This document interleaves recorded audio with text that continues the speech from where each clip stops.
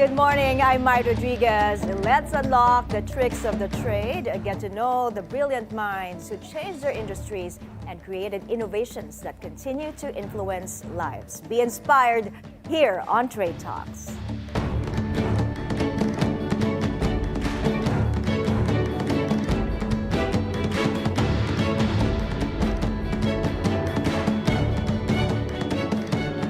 With the continuing rise in food costs, more people are opting to grow their own food in their backyard.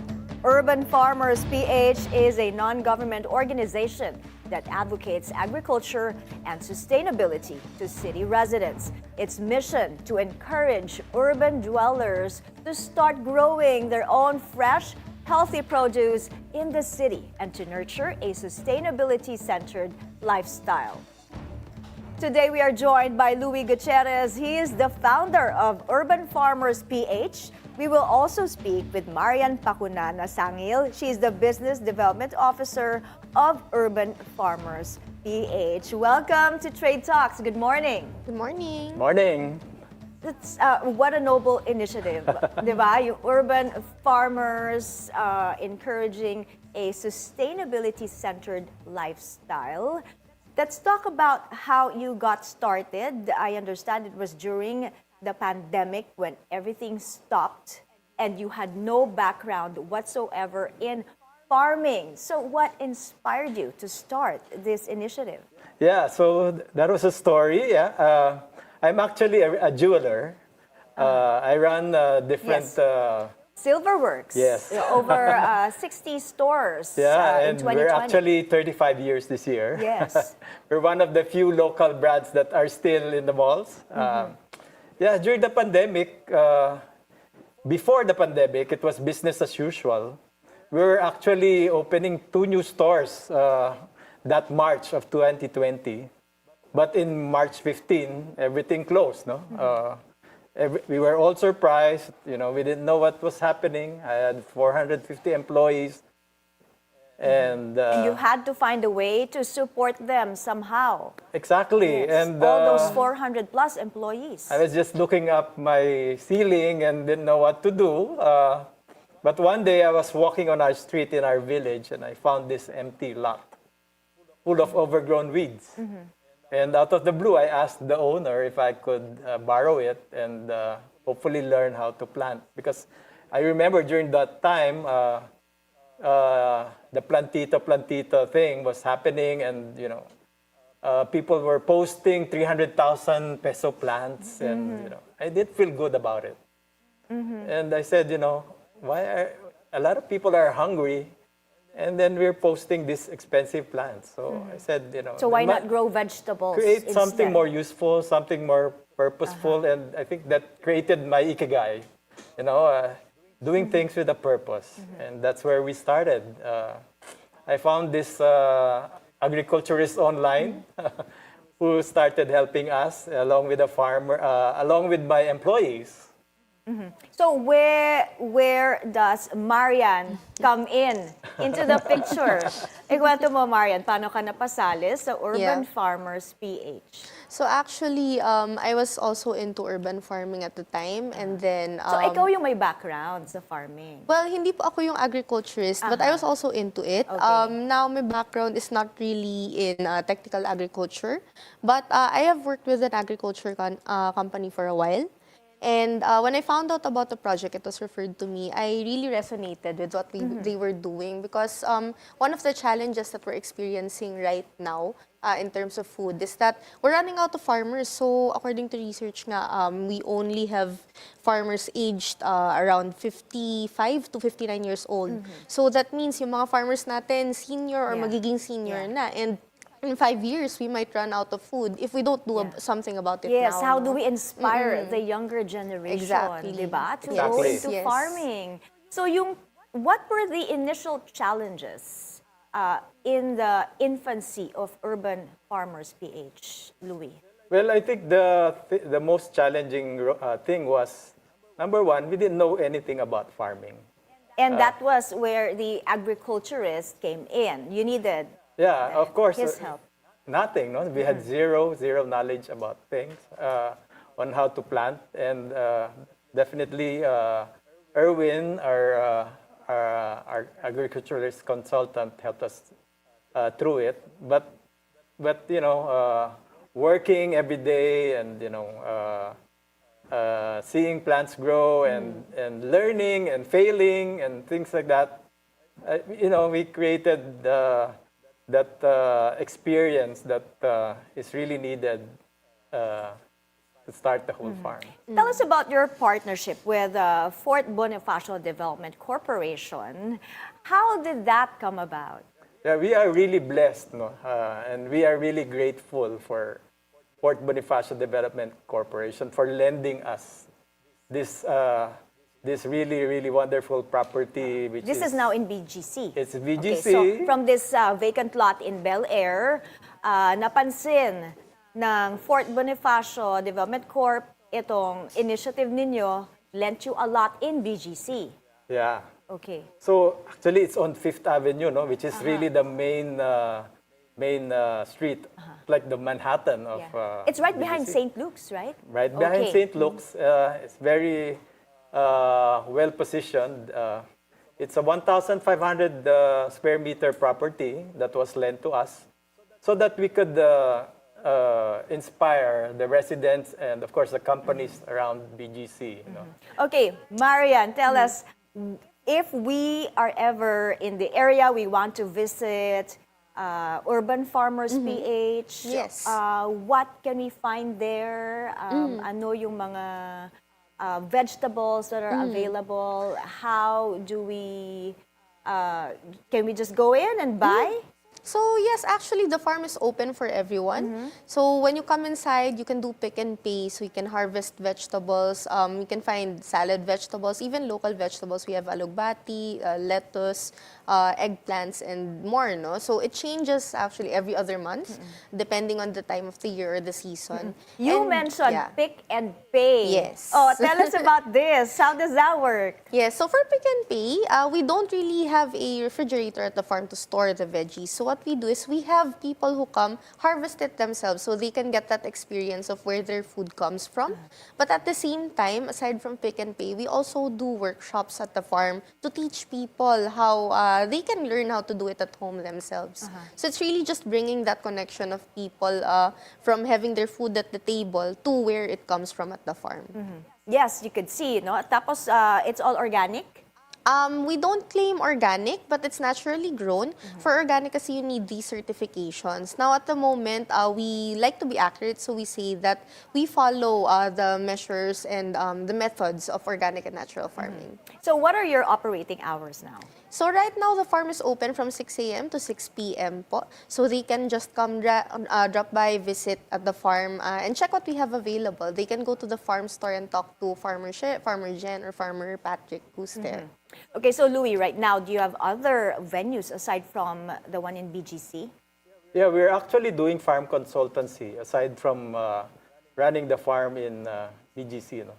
Actually, the farm in Bel Air, where I live, is still up and running.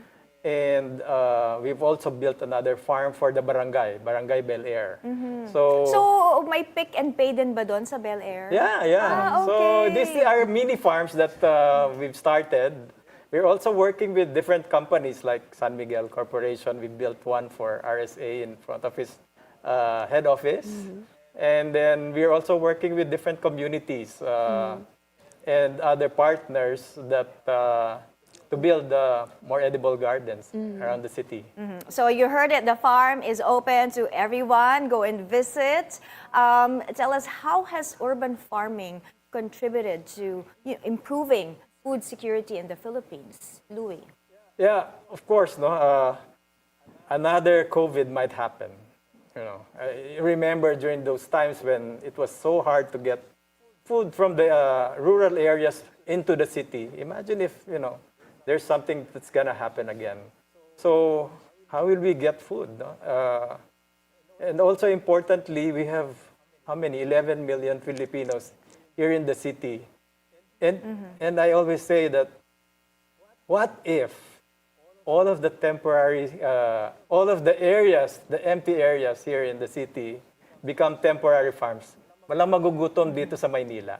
Wouldn't that Yeah. be great? Yeah, what a world that will be. Yeah. Oo, dapat every village, every community Exactly. has their own vegetable farm. Yeah. No, we should encourage the younger generation to plant, Yes. right? So you have credited volunteerism to the success of this endeavor. Marian, how important are volunteers and the community in the success of Urban Farmers PH?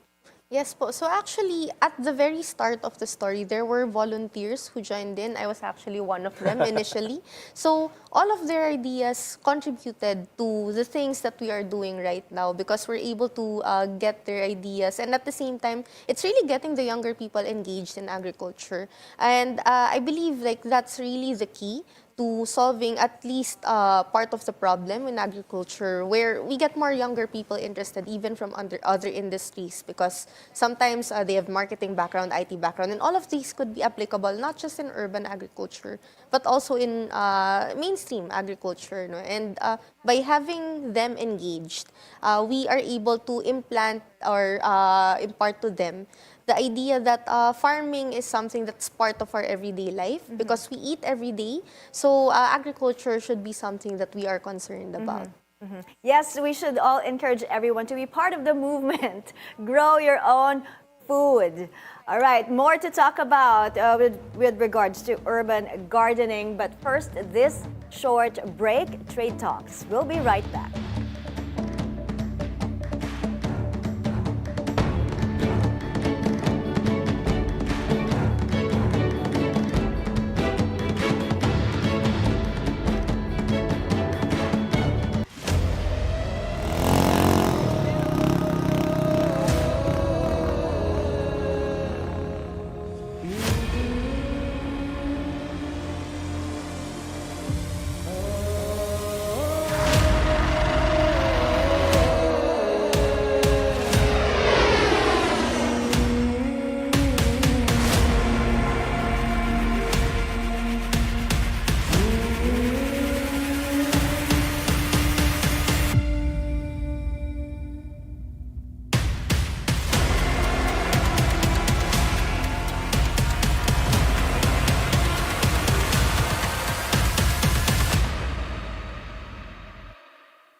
Your newest source of news and information on cable and free TV, online, On Trade Talk, joining us this morning. on mobile. Simulan na natin ang agenda. This is BNC. We are everywhere.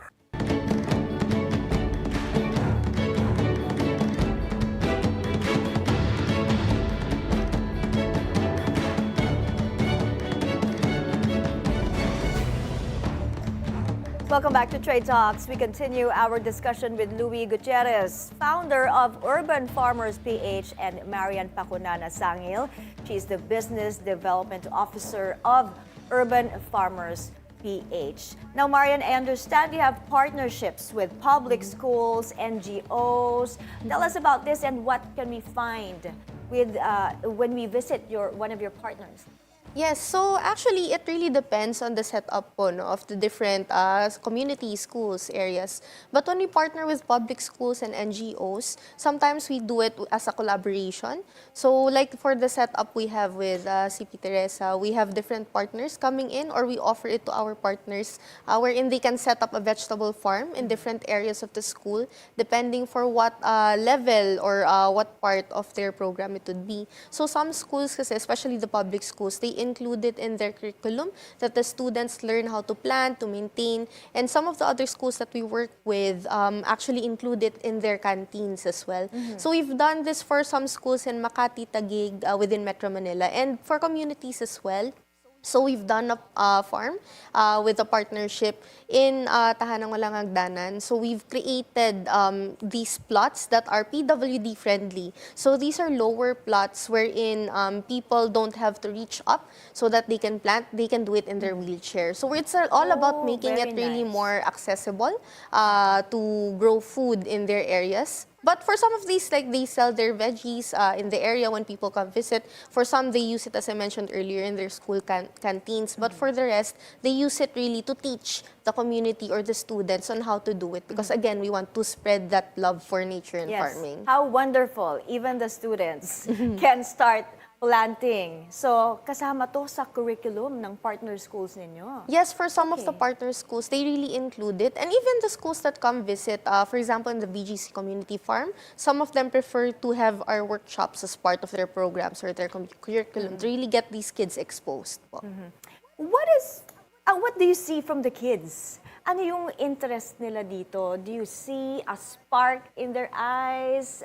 Kwento mo sa amin. Yeah, so usually one thing that we notice, no, at first they're a bit hesitant kasi syempre they're in the city, no. So their parents are like, "Oh, don't touch this, don't touch that, it's dirty." But when they go to the farm, we tell them, "Oh, touch this, you mix the soil, you touch the plant, you smell it." And just that engagement, especially during the early days after the pandemic, no, after COVID, parang they were really eager to run around, to get in touch with nature. Tapos ang daming bago, they have all of these smells, all of these experiences, and they even get to learn about like the helpful insects like butterflies, the bees, what they do, biodiversity, worms, no, and why they shouldn't be afraid of them. Yes. And I think it's that's a one great thing that learning we like. experience for sure. And ito dapat yung nakikita natin sa mga estudyante natin, ano? So, Louie, tell us what has been the most fulfilling part of this journey with Urban Farmers PH so far? I think creating passion with purpose is really something that I really experienced during this journey, no? That I'm currently experiencing during this journey. I've been in the business for the last 35 years as a jeweler, and always thinking about how to create income, how to open new stores, etc. But when things stopped, you realize that everything can be done in, just one click. And more importantly, what is the purpose? Why do I? What is the purpose in what I do? So farming really brings purpose when you see people coming in, they get inspired, they're so happy. We actually call it our happy place. No?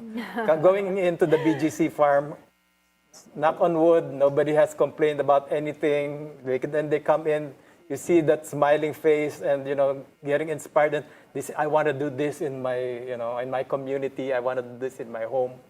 Yeah, for more sure. than money, which I can, I can earn in my company easily, but the peace of mind, the happiness that we get from just seeing people enjoy it. I'm so happy I'm so for happy. you. You found Yeah. your purpose. And I myself am inspired. I will visit one of your farms one of these days. Tell us what is next for Urban Farmers PH. Any big plans for 2025, Marian?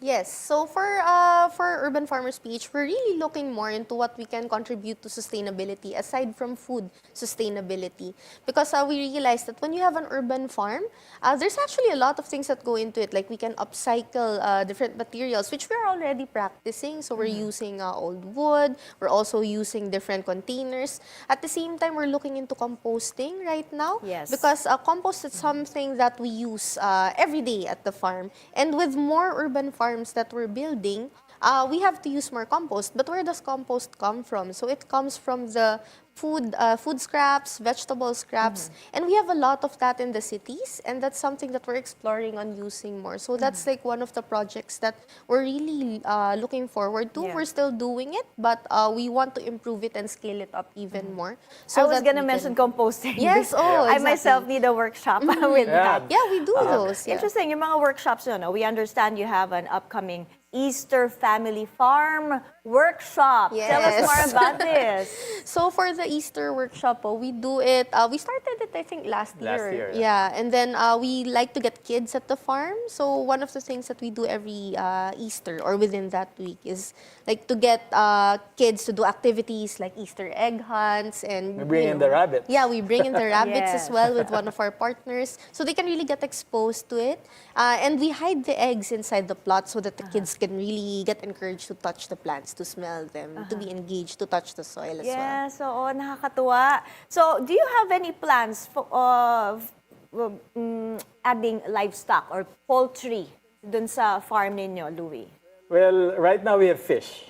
We have an aquaponic setup there. We grow tilapia. And of course, the byproduct of the fish food is we use it for watering the plants, and of course we can also grow plants through aquaponics. No? But livestock, currently we are not. It is not yet conducive because we're in BGC. But hopefully in other areas. communities, in other areas where we're gonna set up, definitely that was one of the things that we'd like to incorporate. So, it's a whole ecosystem, ano? Yeah. Imagine dati walang, there's so many butterflies and dragonflies and stingless bees at the farm. Imagine we're in the middle of the city, pero it's thriving. Okay. So. So, all of these are currently outdoors. Yes. But do you have any plans on building indoor gardens, Marian? So for indoor gardens, although that's not something that we have explored yet, but maybe in the future, because we work with different partners nga, no? Right now, we're really focusing on outdoors because we want to get people out. No? But we're also starting to do it on roof decks now and rooftops. So maybe that's the step two until we get to that maybe final step of exploring indoor farming. Louie, looking back, is there anything you would have done differently when you were starting Urban Farmers PH? Well, no, it was really, it just really evolved, no? I'm an entrepreneur, Whenever I think I want to do it right away, I think that's the reason why the Urban Farmers PH looks how it is now, no? Because sometimes when you just think so much and then end up not doing anything, then that's when it fails. But now we try it, we fail, we do it again, and then you succeed. When we started, I was planting basil in Bel Air, and every day we'd look at it, and then there were no leaves. Yes. And then Hindi ba mahirap ang basil to start with? we realized that the neighborhood cat, is eating them.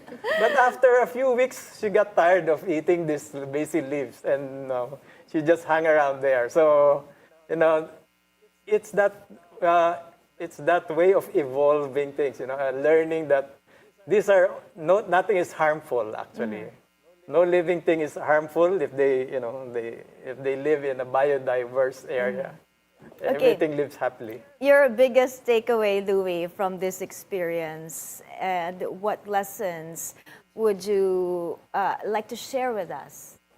I always say, when intentions are clear, amazing things happen. Wow. So this is coming from my heart. You are proof of that. Oh yeah, and of course, this is what the people around us feel also, the farmers who work with us, the volunteers who take time to be there. This is all good intentions. We're a private social enterprise. We're actually self-funded. We don't have grants from anybody. But still, we are everyone able needs to support, sustain though, ourselves. yes. So I think this is something that this is really something that we can do, because there's just so many excuses when we want to do something good, no? But I think this is a proof of concept that if you really want to do it, then it can really happen. Marian, your message to anyone who wants to join the movement. Yes, so if you want to join us at Urban Farmers, you can come visit us at the BGC Community Farm, or you can visit our page at Urban Farmers PH. Send us a message there on Facebook and Instagram. Right, so it's not just about planting crops, it's about planting ideas, passion, and community spirit. Thank you, Louie and Marian, for joining us today. Thank Thank you for you. having us.